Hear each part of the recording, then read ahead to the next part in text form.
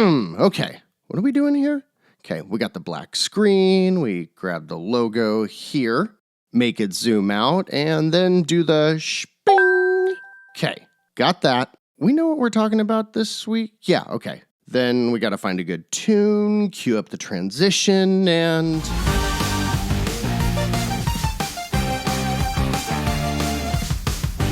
Greetings, citizens, and thanks for tuning in to Nindy Nation.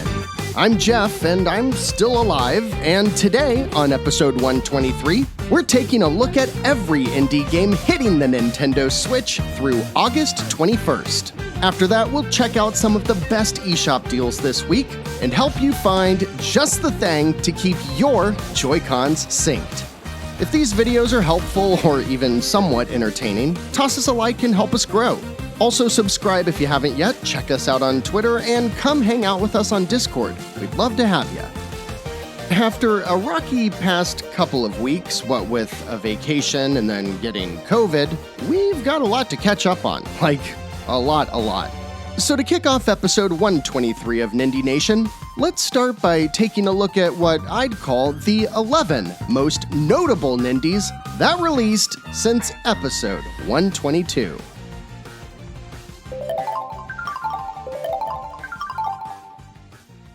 Starting with the list of games that I've played since our last episode during my 12 days of living in my basement, wasting away while I waited for this damn virus to leave my system, I had a chance to play Dodgeball Academia, and it seemed to come out of nowhere, but maybe I just wasn't paying attention.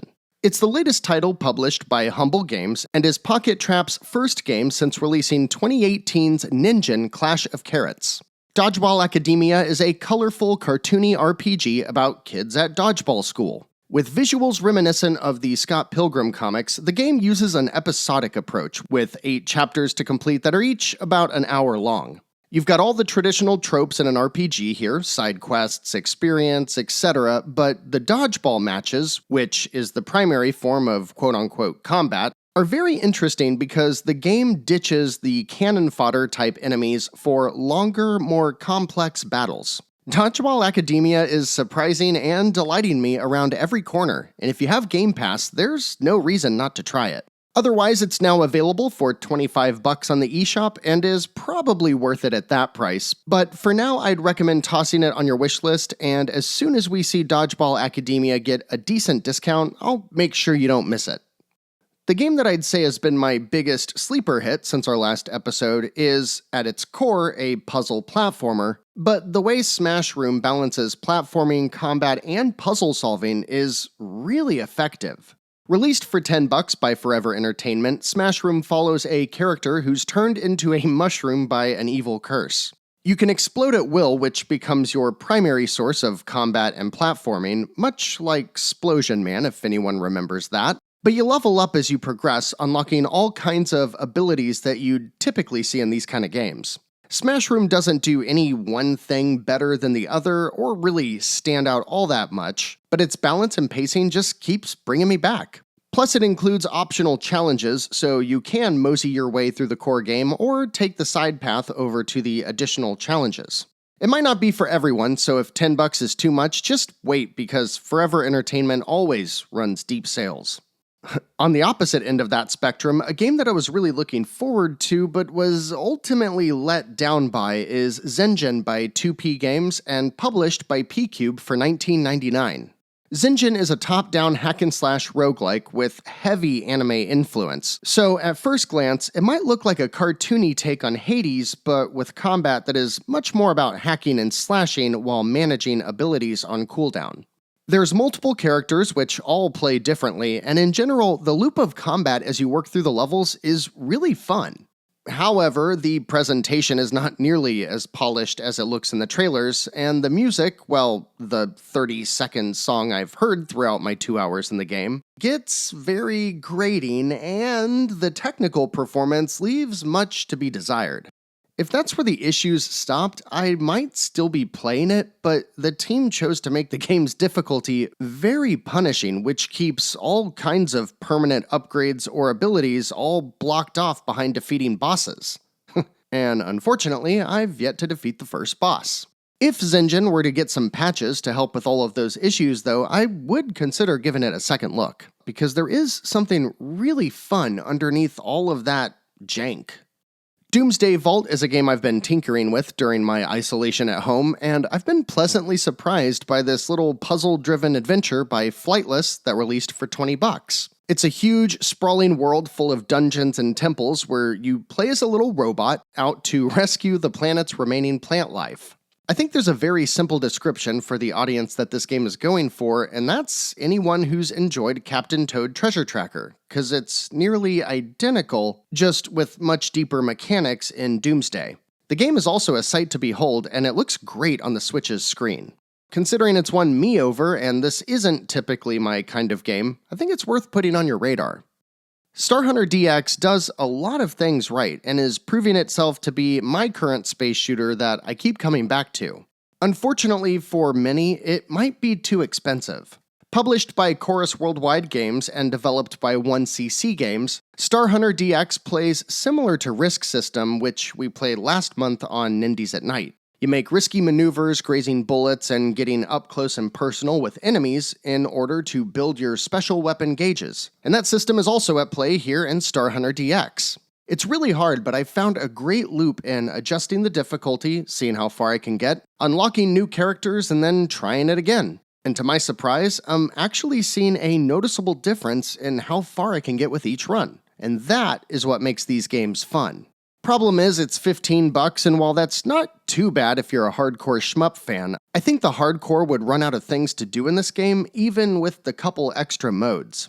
I'd be remiss not to mention that the game does have an awesome soundtrack though, and you can tell the whole thing is built to get you to that gaming zen vibe that can be so addictive, and it does a good job with it.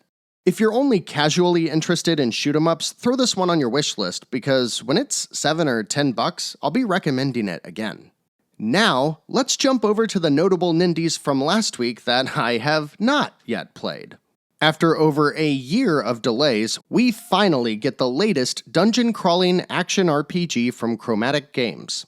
But from what I've seen, it might have benefited from a little more time in the oven.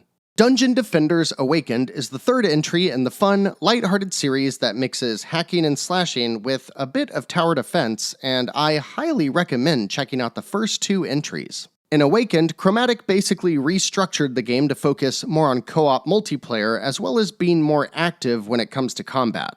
The results look great, but anecdotally, I've seen a lot of footage that shows unacceptable performance. It's also $30, so I won't be jumping all over it, but you can bet that if they patch the game, and the verdict is that it now runs at least reasonably well, I'll definitely be grabbing Dungeon Defenders Awakened whenever it goes on sale.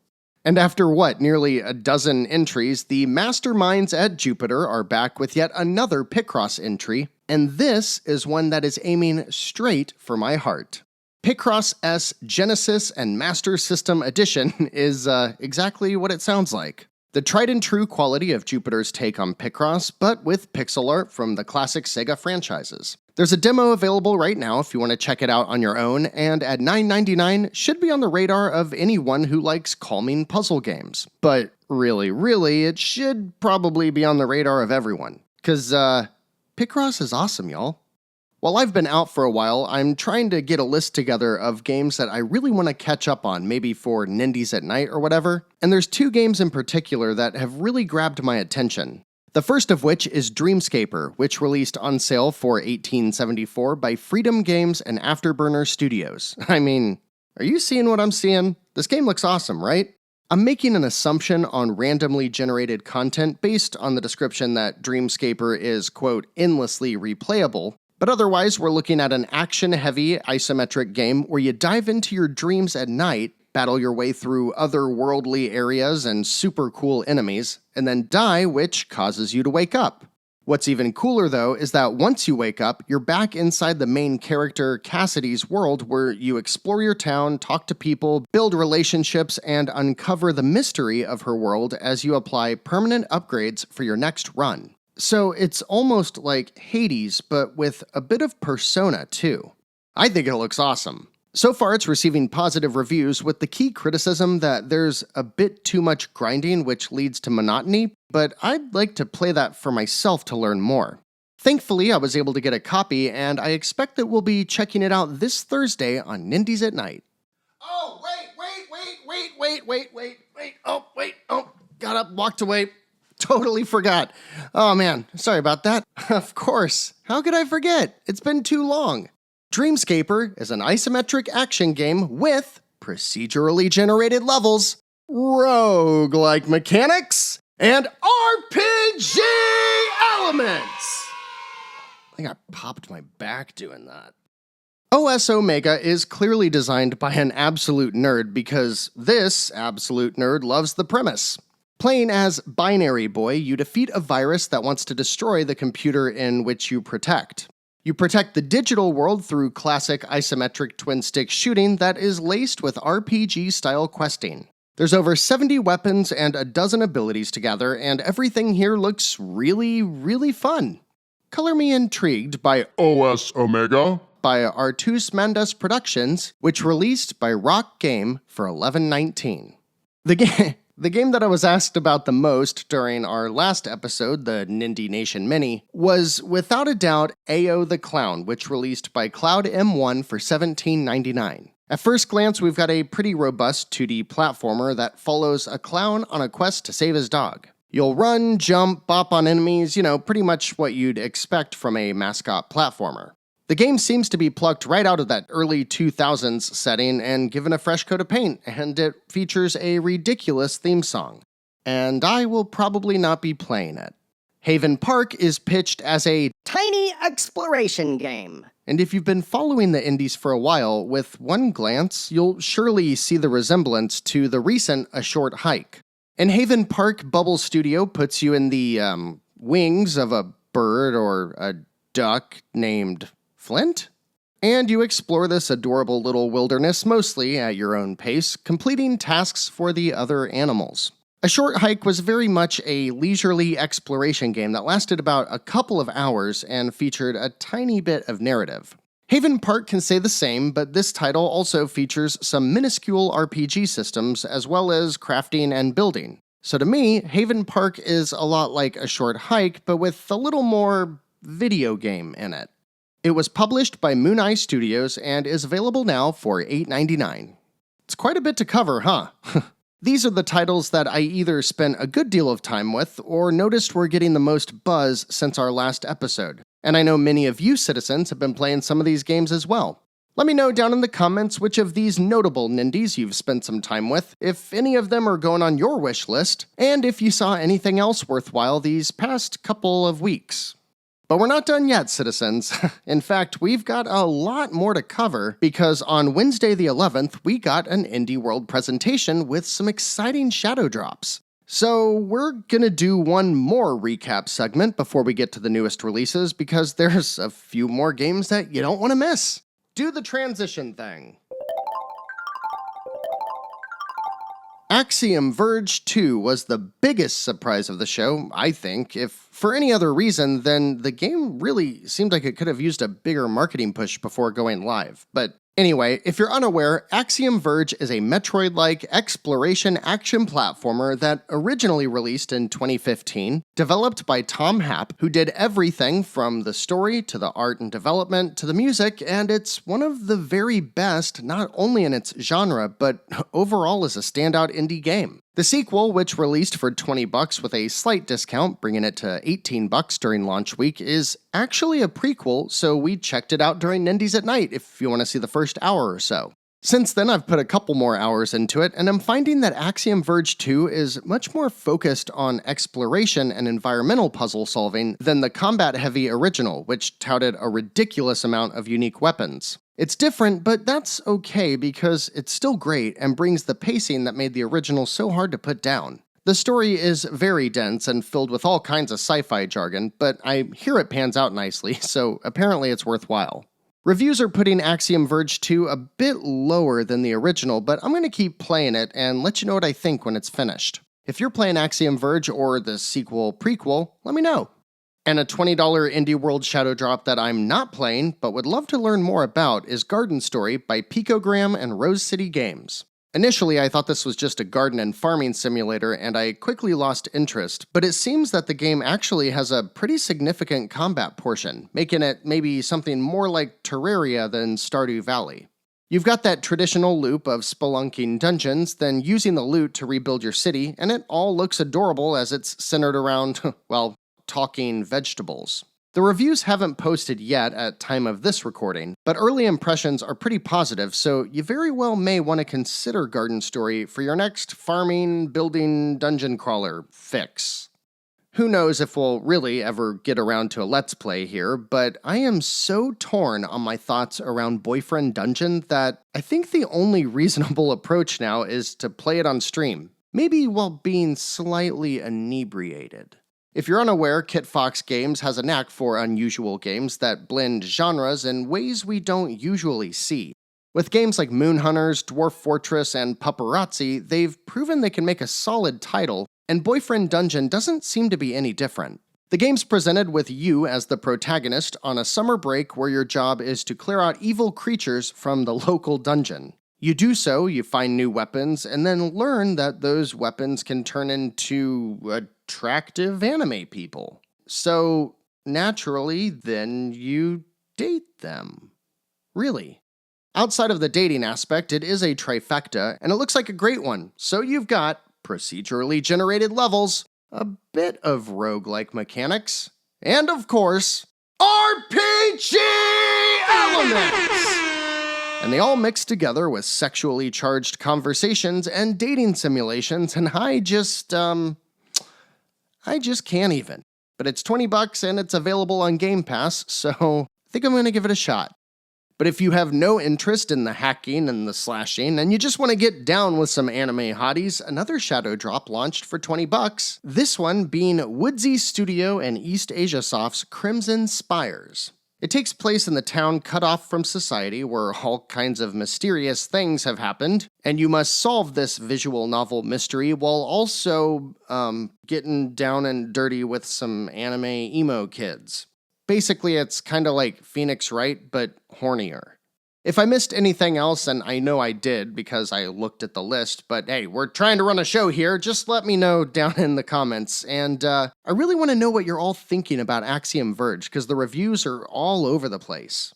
Now, with that out of the way, we've got a lot to cover still, so let's just get right into it. These are the 15 new releases hitting the eShop through August 21st. Ah, yes, the summer of '96, I remember it well. The Olympic Games kicked off in Atlanta, The Hunchback of Notre Dame was in theaters, and two developers at Microsoft named Mike and Gabe left their jobs to start a little company called Valve. It was a simpler time, and with the Spice Girls topping the charts, how could anyone not be vibing their way through the last summer before AOL ditched hourly rates for the now ubiquitous always-on unlimited internet service? Well, apparently things were a little different in the world of Petria, and the team at Digix Arts wants to tell you all about it through their interactive road trip, Road 96. It's hard to imagine seeing this trailer and not getting intrigued by the premise. You're fleeing an evil regime and hitchhiking your way to the border, but every person you meet, every event you encounter, and every choice you have to make are all procedurally generated, so the road trip is always fresh and new.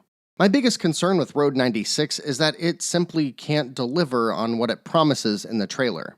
With the general structure of an open-ended, dynamic road trip, the narrative takes place through conversation trees similar to a Telltale game, but there seems to be a ton of additional styles of gameplay littered throughout. I see car chases, first-person combat that looks like a Fallout game, a bunch of mini-games, and all kinds of variety to keep you busy as you run for the border. What was that?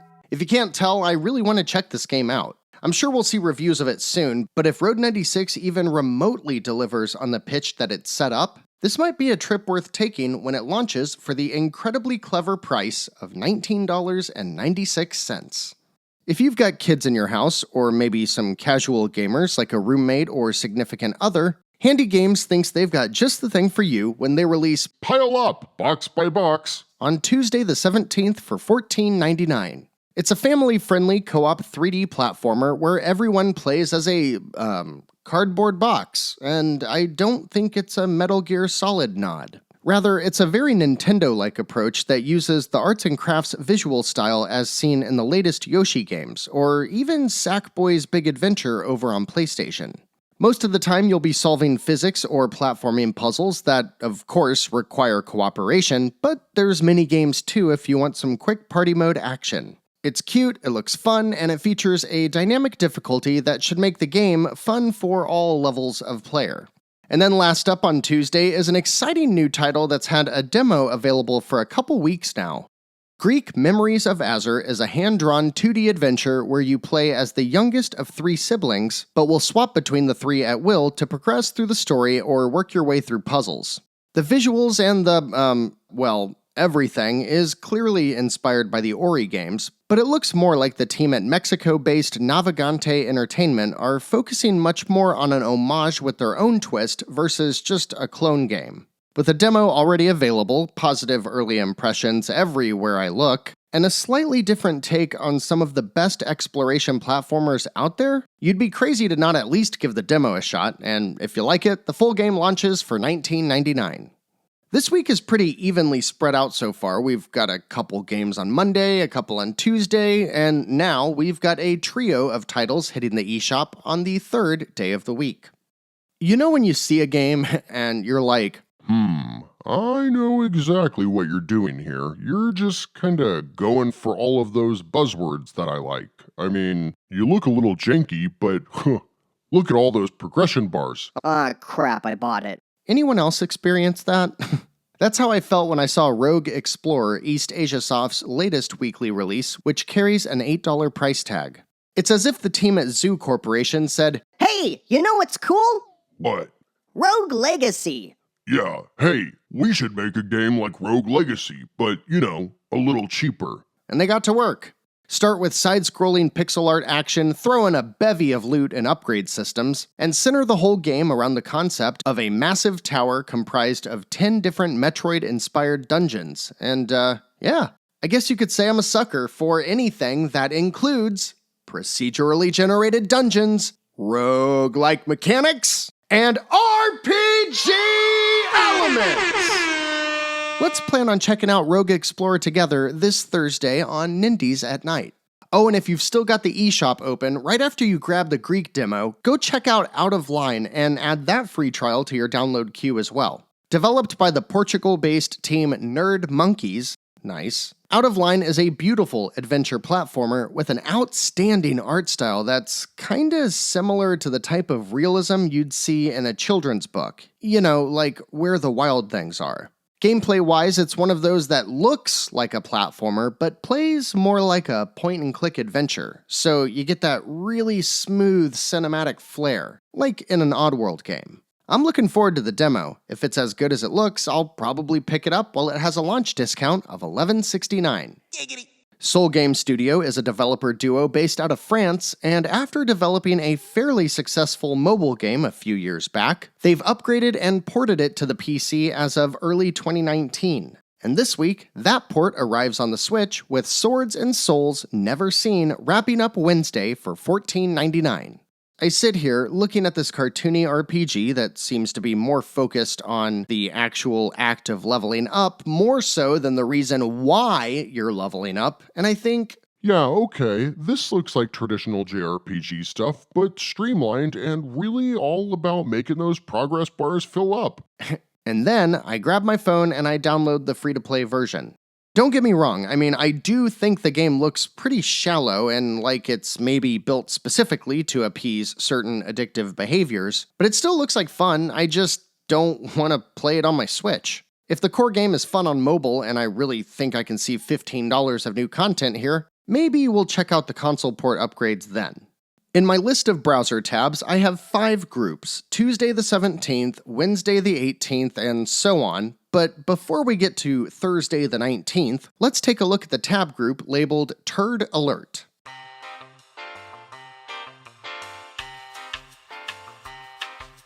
Zombo Buster Advance is 3 words that make about as much sense for this title as the Switch needs a mobile port of a Plants vs. Zombies ripoff. Which is not at all. Please. Volleyball Challenge makes me wonder who at Ultimate Games was like, Damn it, Michelle, the Switch needs mobile games. Get me more mobile games. be strong, Michelle. Be strong. Then we've got, the hell is that word? Buissons? I don't know. I think it means bush because all you do, and I'm not kidding here, is hide in a bush to see if the other players sitting on the couch next to you can find you. Yup, hide and seek in a game where everyone looks at the same screen. Now, we'd really be in business if only we could get a bunch of publishers like Tambuil to play the world's longest game of hide and go. That's it, just go. And speaking of sticking your head in bushes, Gamuzumi's latest game sucks. Oh, no, that says Succubus. Right. Sakura Succubus 4, just in case you're in the mood to hook up with underage girls, but you know you can't because that is hella illegal. I guess playing the game is better than... On Thursday the 19th, the Big Thursday drop hits the ground running with one of those games everyone's told me I need to check out, and you've probably heard of before. Monster Train First Class releases by Shiny Shoe Entertainment and Gambitious for $29.99. Like I said, I haven't played this one before, but Citizen Random has and has shared some thoughts with me. Monster Train is a roguelike deck builder. After picking a character and modifier, battles take place on a train car with 4 floors. Place cards as defense to protect the pyre at the top. Enemies start at the bottom, and you have to stop them from getting to the top. Now, I paraphrased all of that, and he goes on to explain the hour-long runs in a way that sounds pretty familiar to any of the more beloved roguelikes, and states that once you die, your character levels up. Sounds pretty great if you ask me, or random, and it includes procedurally generated levels, rogue-like mechanics, and RPG elements! Where's Samantha? Is a 2D puzzle platformer by Respect Studios and Rocket Games. It follows George, a swatch of fabric, as he sets out on a quest across all kinds of arts and crafts to find the titular Samantha. It looks pretty clever, and the visuals are certainly well done. If you fancy a cloth-based platformer filled to the brim with simple machine puzzles, Where's Samantha launches for $9.99. Mayhem Brawler is an interesting one. It's developed by Hero Concept, who's also released the Doffling games, and it's Streets of Rage 4 on a budget. I guess it adds some choices that can steer your playthrough towards different endings, but otherwise for $20, it's really hard to recommend this unless reviews come out and show that it somehow unseats one of the already impeccable brawlers available on the Switch. The next 3 games are all walking that line of being a Nindie no-no, but they might be worthwhile for the right audience, so let's go ahead and leave them here. Metal Commando is a $5 run-and-gunner that contains a bit more platforming than you'd see in a Metal Slug or Contra title. Otherwise, it's pretty similar. You jump and shoot and run to the right. It's clearly a mobile game based on the interface and is developed by Dev4Play and published by Ultimate Games. So, if you're a frequent visitor to the Nation of Nindie, you should probably know what to expect here. Similarly, World Soccer Strikers 91 is a $6 mobile game ported to the Switch by Meteorbyte Studios that should look like a soccer game developed in the late NES, early SNES era. Maybe fun with some friends, but probably nothing to write home about. And then last up on the Big Thursday drop is a game developed by a studio whose name was selected after an awful bout of food poisoning. Rush Rally Origins hits the Switch for $7, developed by Brown Monster Limited. What the hell is wrong with you people? It's a rally racer set in a top-down perspective with vibes similar to games like RC Pro-Am or the more recent Absolute Drift, but with PlayStation 1 era visuals. So, 3 mobile games ported for $5, $6, and $7 that can probably be left alone, but don't look too bad in case that's really the kind of game you're itching for right now. Wrapping up the week on Friday, August 20th, we've got 3 new releases that all look pretty great. Heart Chain Kitty is a 3D platformer by Origami Hero Games that aims to take all the things you loved about the classics from the N64 to the PS2 era and build their game around a cat looking for its parents. You run and jump through all kinds of environments with secrets and even extra 2D levels hidden throughout. The visuals are a bit janky, and you should know going in that this is much more of an homage than it is a modern remake, but what's there looks pretty great. Third Spirit Games and Red Art Games are bringing me right back to the colorful, cute, but dangerous world of Trigger Witch this week with their top-down action RPG Arietta of Spirits, which has a demo available right now and will launch with a discount for $17.99. The combat should be very familiar to anyone who grew up with the Super Nintendo, as it falls somewhere between The Legend of Zelda and Secret of Mana. A couple citizens in the Nindy Nation Discord are already digging the demo, so I'm gonna make sure and dive in myself. Third Spirit's a new studio, and we don't know yet what they're capable of, but I'm excited to find out. And finally this week, a game I've been playing, frankly a bit obsessively the past couple of days, is Space Scavenger, a twin-stick space shooter by Red Cabin Games. I told the developer that it feels like a cross between Graceful Explosion Machine and the Gummy Ship stages in Kingdom Hearts. Basically, you're dropped into the first of 20 or so stages with a little cube that can float around and scan planets. You've got a measly little laser that can attack enemies, but as you clear them out, they start to drop loot, and that's where the game gets really fun. You pick up all kinds of pieces for your ship, guns, boosters, engines, shields, and a bunch of pieces for the structure of the ship itself, and you can pause the action at any time to reconfigure your ship using an interface that should frankly be copied by every developer out there when it comes to building things on the fly, because it is genius in action. That's pretty much it though. You constantly build up your ship, which can take an enormous variety of shapes, and you work your way through the levels. There's a hard mode, daily challenge, and survival option to tinker with in addition to cosmetic options you can acquire, and it all adds replay value, but the general game is pretty much what you're seeing here. That's okay though, because it looks, sounds, and plays great, earning my stamp of approval as a twin-stick space shooter with procedurally generated levels, rogue-like mechanics, and RPG elements! If I could offer one piece of advice to Red Cabin, though, it's that I think $12.99 is fine for dedicated fans of the genre, but I would have loved to see Space Scavenger hit for $9.99, maybe with a launch price of $8. I do recommend the game, and I do think you'll get your money's worth, but if you're not foaming at the mouth watching this footage, maybe throw it on your wish list and pick it up later. Space Scavenger is definitely going to be a title that's in rotation for future deals segments, and I'll make sure to show it to you this week on Nindies at Night. Speaking of your wish list, it's just about that time. This was a great week for Nindies, even outside of the shadow drops. Rogue Explorer, Space Scavenger, Road 96, it's one of those weeks with something for everyone. Let me know what tickles your fancy this week in the comments below. There's some great deals out there right now, and I'll always recommend checking in with us on Discord because the deals channel is pretty active and there's a lot of folks outside of the US sharing deals too. With that said, these are our picks for 8 of the best Nindy deals through at least August 21st.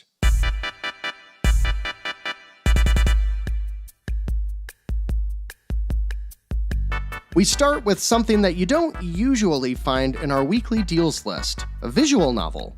Arcade Spirits is a game that I've not played, but I've watched multiple playthroughs of this 8 or so hour game while tackling menial tasks at work.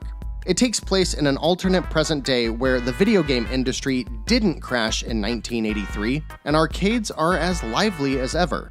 The game is super inclusive, letting you create a character however you want, and maintain relationships with a half-dozen characters with some pretty deep stat systems that also track how well you're doing at keeping your arcade alive. It's really cool, it's got a great sense of humor, and right now Arcade Spirits is 40% off for $11.99.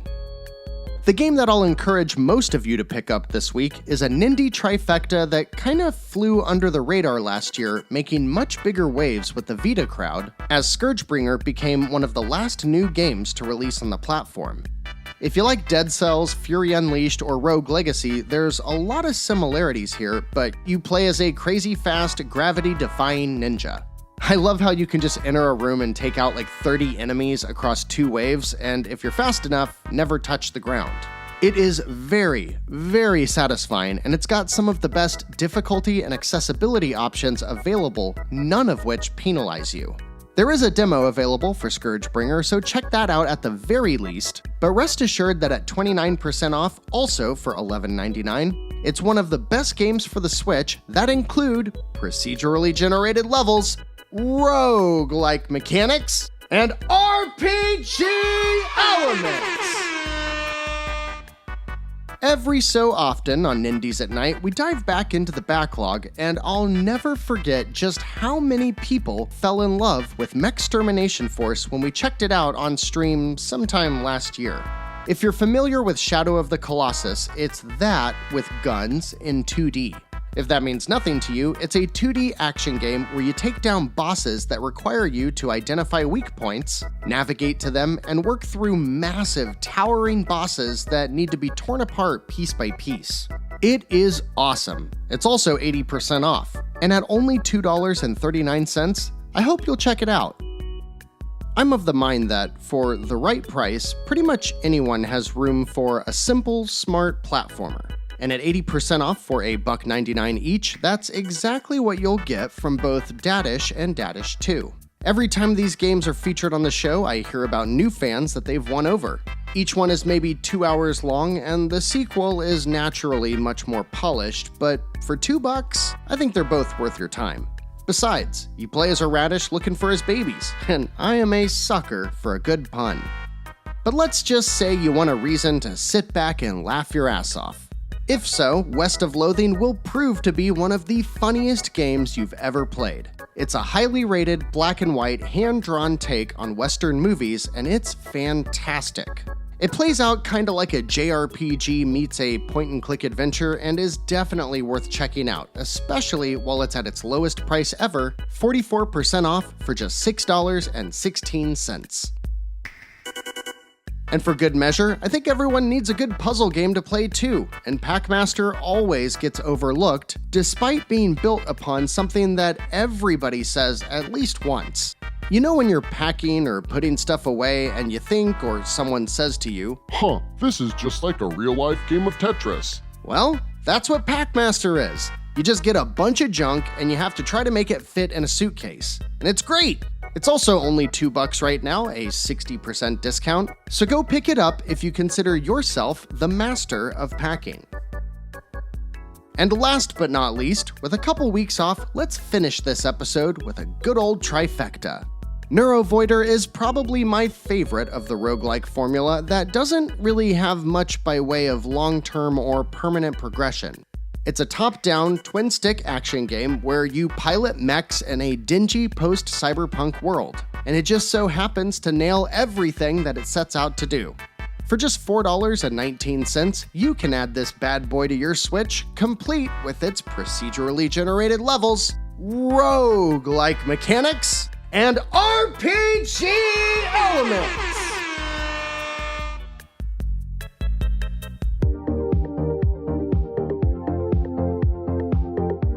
I'll tell you what, it really felt good to get all of that out, but I am exhausted because that was a massive episode. I appreciate you sticking with it till the end. As always, let's chat about what stood out to you this week down in the YouTube comments. And if you prefer your conversations much shorter, we're on Twitter. And of course, Discord is the best place to chat about Nindies, all to your heart's content.